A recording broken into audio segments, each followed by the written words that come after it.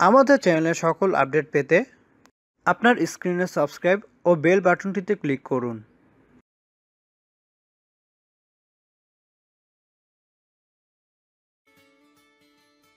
একজন গর্ভবতী নারী সচরাচর 18 থেকে 24 সপ্তাহের মধ্যে বাচ্চার নড়াচড়া পেয়ে থাকেন, তবে অনেক নারী আবার এর আগেও নড়াচড়া অনুভব করেন। যারা প্রথমবারের মতো গর্ভবতী হতে চলেছেন তারা হয়তো কিছুটা দেরিতে নড়াচড়া পাবেন, এতে চিন্তার কিছু নেই।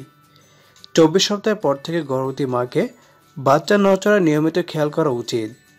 আজ জানবো বাচ্চার নড়াচড়ার বিষয়ে আপনার করণীয় কী। প্রথমত আপনার জানা দরকার বাচ্চাটা কি সারাক্ষণই নড়ে। আসলে না, গর্ভের বাচ্চা বেশিরভাগ সময় ঘুমিয়ে থাকে। তাদের এই ঘুম কখনো 90 মিনিটের বেশি হয় না, তাই 90 মিনিট ব্যবধানে তারা একবার নড়বেই। তাই নড়াচড়ার বিষয়ে সন্দেহ হলে কিছু খেয়ে শুয়ে থাকুন 2 ঘন্টা। আশা করা যায় এই সময় বাচ্চা নড়াচড়া পাবেনি। বাচ্চা গর্ভে কি করে? আল্ট্রাসাউন্ড প্রযুক্তির কারণে আমরা সহজে গর্ভের বাচ্চার গতিবিধি সম্পর্কে এখন জানতে পারছি। যদিও বাচ্চা নড়াচড়া পেতে 18 থেকে 24 সপ্তাহ লেগে যায়, কিন্তু এর অনেক আগেই বাচ্চা নড়াচড়া করে। বাচ্চাটি তখন অনেক ছোট থাকায় গর্ভবতী বুঝতে পারে না। ভাগ্য ভালো থাকলে আল্ট্রাসাউন্ডে বাচ্চার নড়াচড়া দেখতে পারেন, নতবা বাচ্চা হয়তো ঘুমিয়ে থাকতে পারে। 8ম সপ্তাহে বাচ্চা নিজের শরীর নাড়াতে শুরু করে। সে এই সময়ে এপাশ ওপাশ করতে পারে।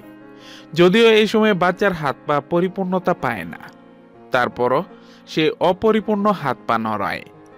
9ম সপ্তাহে বাচ্চা তার প্রথম হেঁচকি তোলে। 10ম সপ্তাহে বাচ্চা তার মাথা নড়াতে শুরু করে। এ সময়ে বাচ্চা হাত দিয়ে নিজের মাথা স্পর্শ করে, এমনকি মুখ খুলতেও পারে।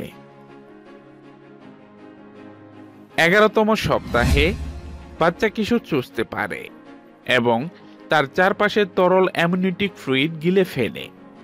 এ সময়ে আপনি যদি জাজালু গন্ধের কোনো খাবার যেমন রসুন খান, এর স্বাদও বাচ্চা পেয়ে থাকে। 12তম সপ্তাহে বাচ্চা হাই তুলে শরীর হাত পা ছড়িয়ে দিতে চেষ্টা করে, এমনকি বাচ্চা মাঝে মাঝে ক্লান্ত বোধ করে, তবে এটা খারাপ কিছু নয়। 13তম সপ্তাহে বাচ্চার তন্ত্রার অনুভূতি সৃষ্টি হয়। যতই সে বড় হতে থাকবে ততই তার ঘুমের পরিমাণ বাড়তে থাকবে। 14তম সপ্তাহ, এখন আপনি বাচ্চার নড়াচড়া হয়তো অনুভব করতে পারবেন না, তবে বাচ্চা এই সময় ঠিক আপনাকে অনুভব করবে, কারণ আপনি পেটে হাত দিলে সে নড়াচড়ার মাধ্যমে সাড়া দিতে চায়। 15তম সপ্তাহ, এ সময়ে গর্ভের বাচ্চা নিজের আঙ্গুল চষে।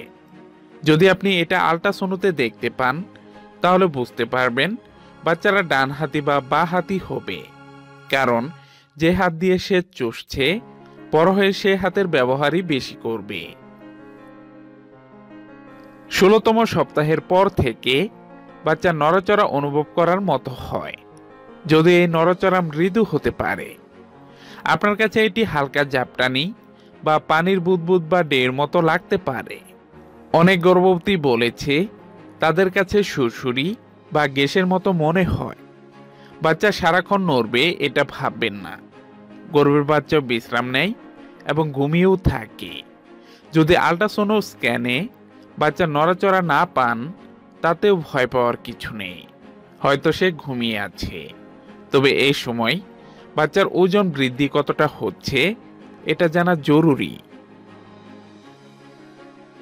গর্ভাবস্থার শেষের দিকে বাচ্চার নড়াচড়ার ধরন হয়তো পাল্টে যাবে। আপনি হয়তো দেখবেন আগের মতো নড়ছে না। মূলত যত সময় ঘনিয়ে আসবে বাচ্চা নড়াচড়ার জন্য যথেষ্ট জায়গা পেটে থাকবে না। এই সময়ে বাচ্চা নড়তে চাইলেও হাত পা তেমন ছুটতে পারে না, কিন্তু গতিবিধি অবশ্যই থাকবে। একদিনে বাচ্চা কতবার লাথি মারে? বাচ্চা দিনে কতবার লাথি মারে এর কোনো নির্দিষ্ট সংখ্যা নেই, তাই বাচ্চা লাথি গোনারও প্রয়োজন নেই। বাচ্চা যদি সারাদিন থেমে থেমে কিছুক্ষণ নড়ে তাহলেই আপনার খুশি থাকা উচিত, তবে দিনে কমপক্ষে 10 বার নড়বে। আর গর্ভবতী হিসেবে বাচ্চার নড়ার ধরন সম্পর্কে আপনার ধারণা থাকা উচিত। বাচ্চার নড়াচড়া সবচেয়ে বেশি থাকে 28 থেকে 36তম সপ্তাহে। এ সময় বাচ্চার নড়াচড়ায় অনেক মা বিরক্ত হয়ে যান। সারাদিনের ব্যস্ততা শেষে রাতে ঘুমোতে যাবেন, তখনই হয়তো বাচ্চার নড়াচড়া সবচেয়ে বেশি হবে।